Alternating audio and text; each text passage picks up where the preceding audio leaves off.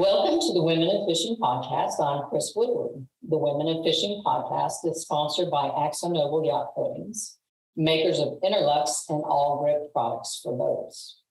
Today, we want to talk about electronics, and we'll focus on sonar, since that's really the primary technology for fishing. My guest today is Carly Hysell. Carly is Associate Director of Public Relations for Garmin International. She has fished over much of the Northern Hemisphere, and she is a longtime source and friend. Welcome, Carly. Hi, thank you so much for having me. And thanks for being here. Let's talk some fishing and some electronics. First of all, just tell me a little bit about your fishing experience. What type of fishing you most regularly do? I know you live in Kansas. And also tell me a little bit about how long you've been with Garmin.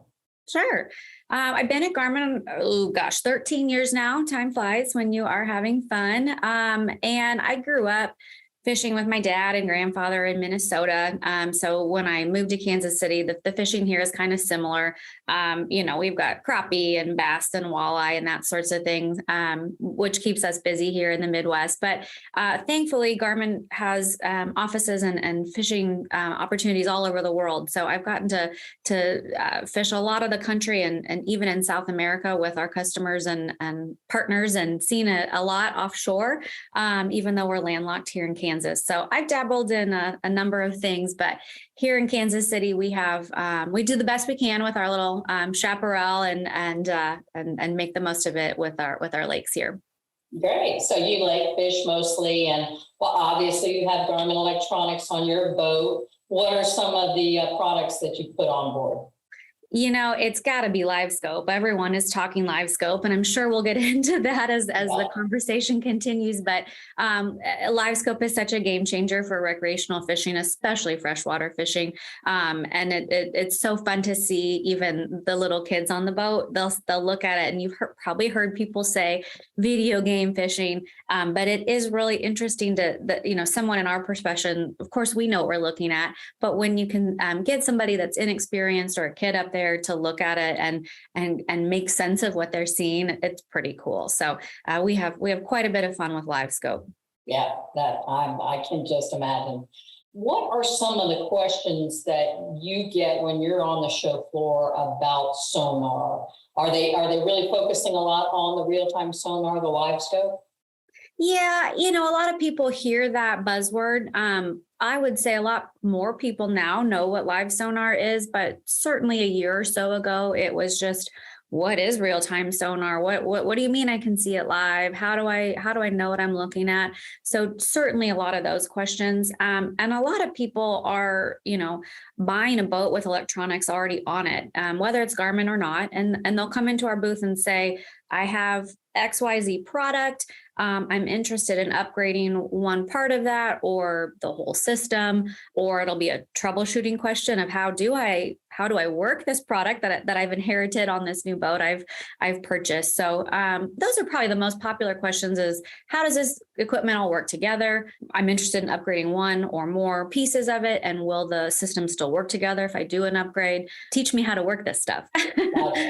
First of all, let's kind of talk about what sonar is and what's popular in the sonar world today for freshwater, inshore, salt, and offshore.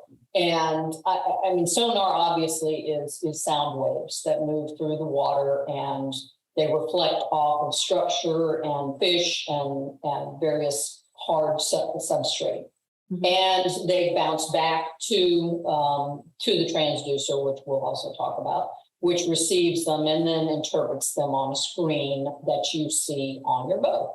So there are two main parts of sonar, and that is the transducer, which fits on in your hull, under your hull, or on the transom, and the display that has the algorithms which help show you, okay, that's a fish, that's a hard bottom, that's sandy, or there's a bait school or what have you. So just as a general way to think about it, I mean, sonar is projecting sound waves that return from hard substances and tell you what's below the boat. Now for freshwater, Obviously, finding structure is a big thing for bass fishing in particular. And I know just from reading some coverage of BASS tournaments and such, that live scope in particular, which we just mentioned several times, is extremely popular in the freshwater world. Tell me a little bit about live scope, how it works, and how fishermen are using it on freshwater. Sure. And you really nailed the definition of what it is, what sonar is really well. You've made an analogy before that I thought was great and might be helpful for people listening too, about how it's, it is the transducer is one piece of the equation. And you said it's like having a stereo and speakers. A stereo doesn't do you any good if you don't have anything to listen to it. So I thought that was a good way of thinking about transducer. Everyone hears the sonar term, but you can't see or read sonar without the transducer. So you're right about that. Live scope is all the rage right now. The difference with live scope is that it's live. It truly is. You're seeing what's below the boat in real time. Before live scope or before live scanning sonar was invented, you were seeing stuff that was behind the boat, what you'd already passed over. And so you had to make then the decision, where to cast, if you wanted to drive around, go back to a spot that looked interesting. And now with live scope, anglers are able to actually see in real time, and you can see below the boat, in front of the boat, to the sides of the boat. And we just make it so easy because the transducer is actually, on the trolling motor shaft. And so depending on which way you want to look, and you can just pop up there and adjust the transducer on the fly. And we've just made it so easy to see what's happening in real time. So it's been a game changer, because then not only can you see what's down there, you can see the structure or the fish moving, but you can see how they're reacting to your bait too. And so then you can make adjustments. Before, you could tell that the fish were there, but you couldn't really see if they were seeing what you had down there, your presentation. So you can make adjustments like that you'd never hadn't been able to make before live scope came around. Right. And I remember when we were on the lake down at the ICAST fishing trade show a couple of years back, when live scope was introduced, and we literally could watch the lure fall through the water and see it worked back up. And that was pretty amazing to me, to be able to see that. I mean, you can even tell what kind of fish it is if you're close enough to it. You can literally tell if it's a tarpon in saltwater, if it's a bass in freshwater or crappie. You can literally see the shape of the fish if you're close enough to it. Otherwise, you're going to see small marks like you normally would on any sonar. There is some level of interpretation depending on the distance from the boat that the fish are swimming and that type of thing. Yeah. For inshore, I know Garmin in particular has plenty of smaller fish finders.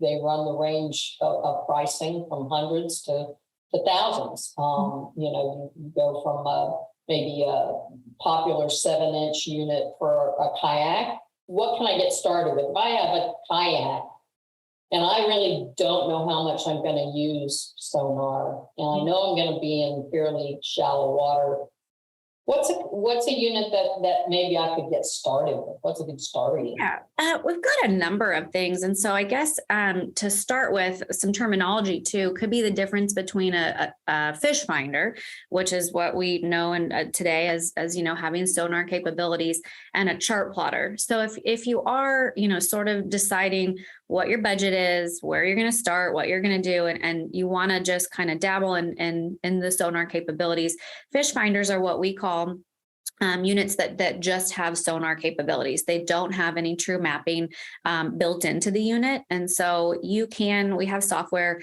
that's free to customers where you can, map out your own contours and find your own depths and things like that with that information. But if you truly just want sonar, you want to see what's below the surface, you're looking for structure, you're looking for fish, I would suggest just starting with a fish finder. And those, are a couple $100 depending on what size screen you want to use, 4, 5, 7, 9, and so on. But you can get something really affordable that just shows you what's below the surface. Taking a step back, if you don't have a boat and you don't, but you still want to fish, we even have a product called Striker Cast, which is a castable sonar. So if you are fishing from the bank, or I mean, even if you are on a boat, if you're on a pontoon and somebody else's pontoon or something, and you don't have a equipment installed, or there's not a transducer on boat, we have this castable sonar, which will show a sonar reading right to your phone or to your tablet, whatever you have, so you can still see what's under the water and go from there. After the castable sonar and then a fish finder, then after that, we have Echo Map and GPS Map. And the name says it all. The map is built in, and the map varies depending on where you want to fish and that sort of thing. But I thought it was important to just note that we do have units that just do fish finding capabilities, and then they move up from there. Right, yes. And I should certainly be pointing that out, because people will hear the term MFD, or multifunction display. Mm-hmm. And what that really means is that you have sonar and you have a chart plotter in one unit. And you also, in many cases, have the ability to network that unit with other things like radar and that type of thing, autopilots and such, things that offshore fishermen are well used to. But yeah, if you want to get down to basics and you're a fisherman and you know where you're fishing, you're not going to need a chart, you just go with a basic fish finder, and that way you know your depth. Mm-hmm. And also, for the most part, most of trans and mount transducers will have a temperature gauge, so you can determine what your temperature is, because obviously water temperature is an important thing for anglers. Yep. So, I guess the key takeaway is that for kayak, anything from kayak anglers and bank anglers, bridge fishermen, any type of angler that's looking for a lower cost entry level product, there's a lot to look for. Yeah, you're exactly right. We've got something, a transducer, like you said, from a castable one, all the way up from a kayak one, all the way up to the big sport fishing boats too, which is part of the reason your original question of what do people ask? It is confusing to know what to get. And that's why a lot of, thank goodness we have boat shows and customer service and that sort of thing to help you narrow down based on your budget, your boat, what type of fishing you're doing. Those are all great questions to get started on figuring out what transducer is best for you. And just to round it out and talk about offshore briefly, offshore, most bigger boats, I would say, generally have 2 multifunction displays that network to each other, and maybe they even have a third unit up in a tower or a crow's nest, or that type of thing. Having charts is also brings you some great fishing opportunities. Obviously, if you're running offshore, a chart will show you your waypoints, your places where you want to try to start fishing. It will show you where wrecks are and reefs are. It will show you contours, depth contours. Mm-hmm. And then what you can do, and this is good for inshore fishing too, especially people who fish in places like I do, which I fish in the Georgia marsh, and we have great tides here. Things change constantly. And so what I find I like to do is I will record my sonar, mm-hmm. and then it becomes part of my chart on my multifunction display. So I literally know what the depths I'm fishing are right now, this month, mm-hmm. At my locations. And that's because charts are, I would say, they're every 3 to 5 years, they're updated by government sources, by NOAA. And so you're not necessarily going to have an accurate chart, especially if you're fishing a location that changes quite frequently with storms and other types of mm-hmm. things. And so I'm assuming that the sonar recordings and such have become a real popular feature, and one reason why people buy MFDs. Is that correct? Yeah. And I mean, you're right. A lot of the mapping does change. I mean, a hurricane, a storm, you name it, and things can change.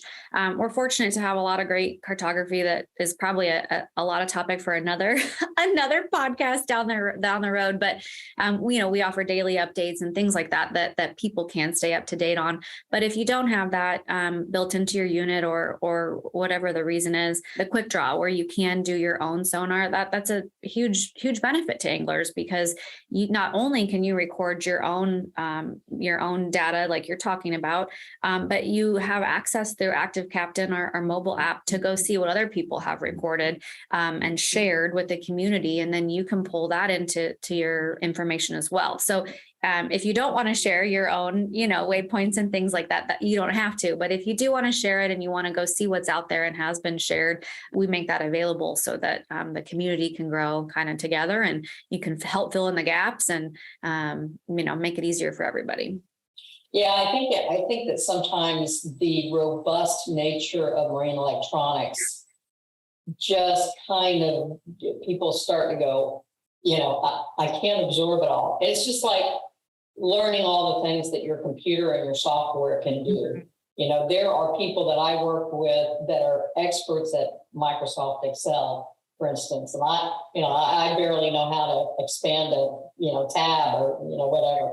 But there are people that know how to do the formulas and all that kind of stuff. And marine electronics can be a little bit like that, but you really just want to take it step by step.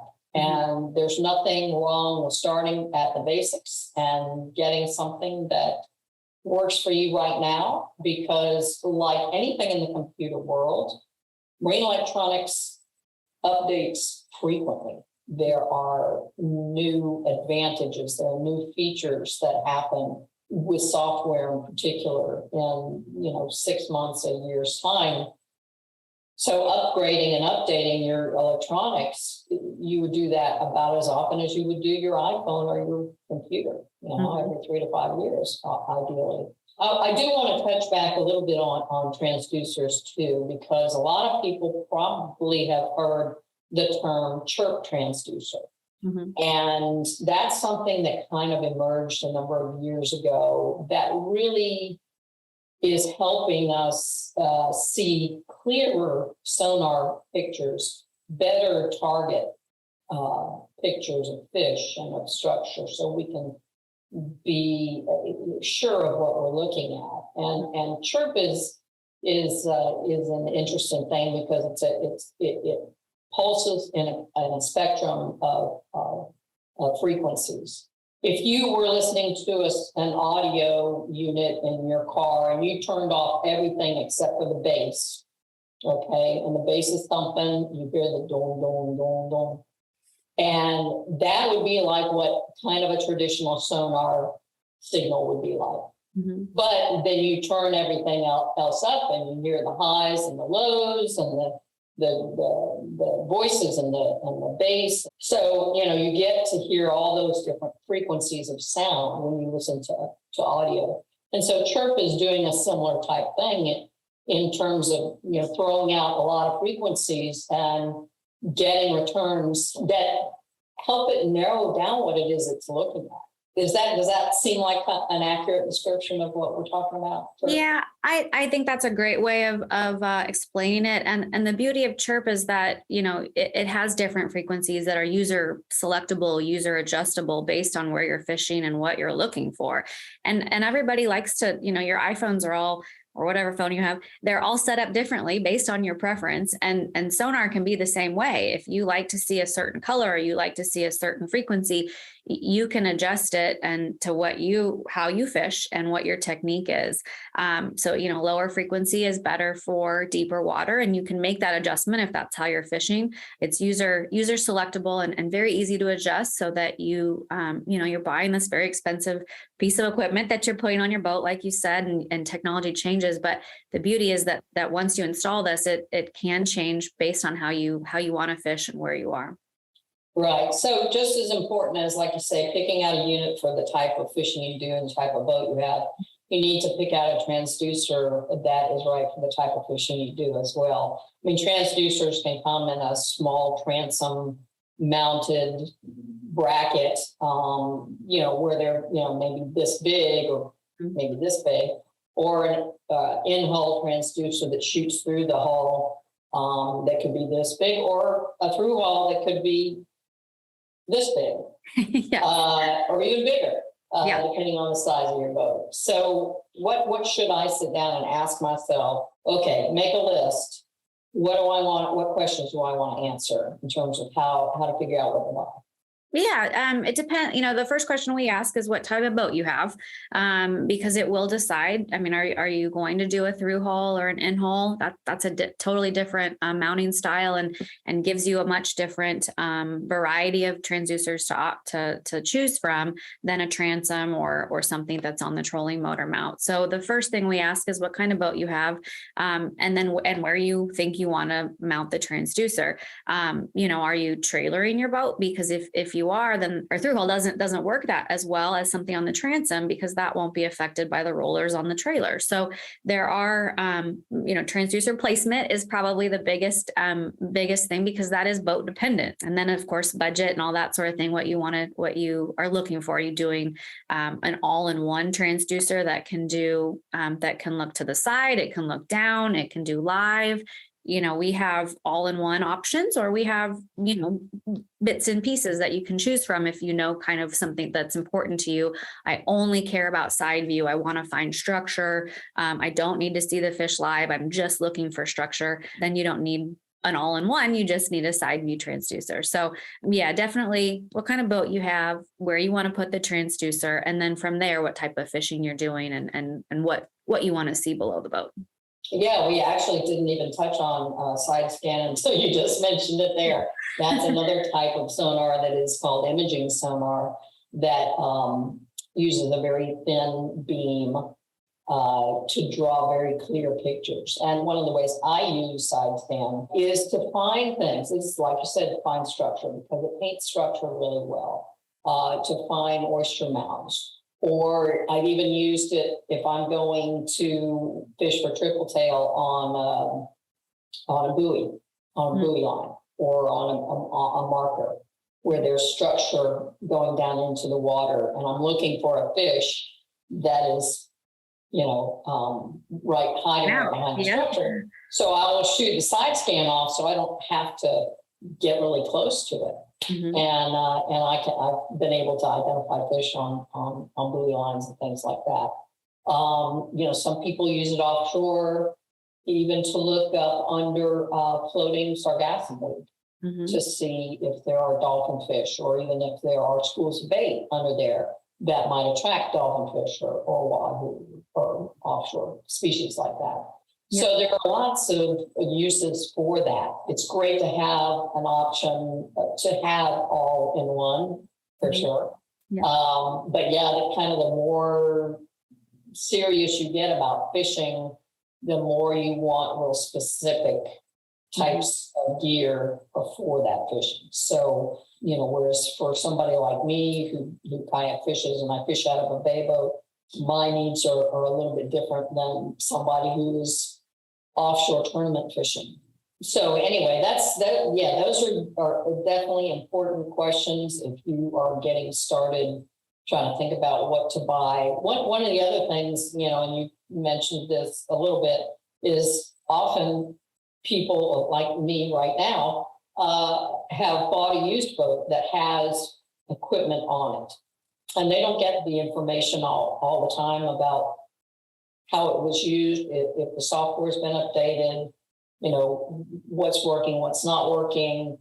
For me, I looked at the equipment that was on our boat and said, this gear is 4 or 5 years old. It's not working correctly. We also were unable to find unlocking codes and passwords for various things. Mm-hmm. So we came to the conclusion that it was just time to go ahead and upgrade and start with a brand new system. Mm-hmm. That was the decision, that I came to. What are some of the scenarios that you hear about updating, and when do you advise people to update? That's a good question. It really, is scenario specific. One of the more common, I guess, scenarios that happen are they know a user knows they want to update their head unit because, like you said, passcodes or the look and feel is different, or they want to make it, as electronics have evolved, it is a much sleeker, clean look now than it used to be many years ago. And so people will want to update their head unit, their MFD. And then they think that miraculously it will just automatically work with the transducer that they have on the boat. And depending on who the manufacturer is of the head unit or of the transducer, it is not always as easy as just plugging and playing old equipment with new equipment. And so a lot of the questions that we get that we have to tackle at those shows are, well, what head unit do you have and what transducer is it? Which one are you trying to replace? And then figuring out, because if it is just one, figuring out if they are compatible. And if they're not, then starting with, do you want to add radar? Do you want to add all these other extra things in addition to sonar? And just kind of checking off the boxes from there. But a lot of times people will get a new boat and new to them. And so they're uncovering all these different things and don't know how old their transducer is. They don't know how old the head unit is. And so when we start with what to update and when, it's really making sure that things are compatible so that as you update, you can have the ability to add more things as you go, or you can update, both at once or all at once, whatever the case may be. But compatibility is definitely a huge thing with electronics. Yeah, it's interesting because you don't really know what you've got until you kind of dive under the hood. Just like, you buy a vehicle and you might have various systems in that vehicle and you really don't know what you have until you, start looking at the wiring and start, saying, oh, well, this doesn't look like it's working. Like, for instance, when we brought our boat out of the water and put it on a trailer, we found out that one of the transducers, that actually had two transducers on it, one of them was absolutely crushed. Don't know how that happened, but it made me feel a little bit better that I wasn't able to get it working. And you had to take your boat out of the water to figure that out. So many people, can't do that or whatever the case may be. So you're right. You never know really what you're getting into until you identify and go find all those parts and components of how the system works. And interestingly, I think you know about this. I did actually do a video when I put an EchoMap unit on my kayak. I would not have thought it was as easy as it was. Yeah, because it was really easy. If I can do it, anybody can do it. So I encourage the folks. It's really not as tough as it seems. It sounds like a complex situation, but honestly, if you really want to have somebody install it and you don't want to bother with it, a dealer is a great asset. Either if you buy a new boat, the boat dealer can install that gear before you even pick the boat up. If you have an electronics dealer, that dealer, especially if they're NMEA certified, knows exactly what to do and how to do it and get you up and on the water as quickly as possible. But so there are lots of different options. And aside from the installation part, which I'm so glad you had that experience. And I do hear that more, common than you'd think probably. But aside from that, we try and make the buying process easy too, in that we bundle head units with a transducer. So if you're not sure what you are looking for, you don't have to know the specific model number. Oftentimes we will sell that all together.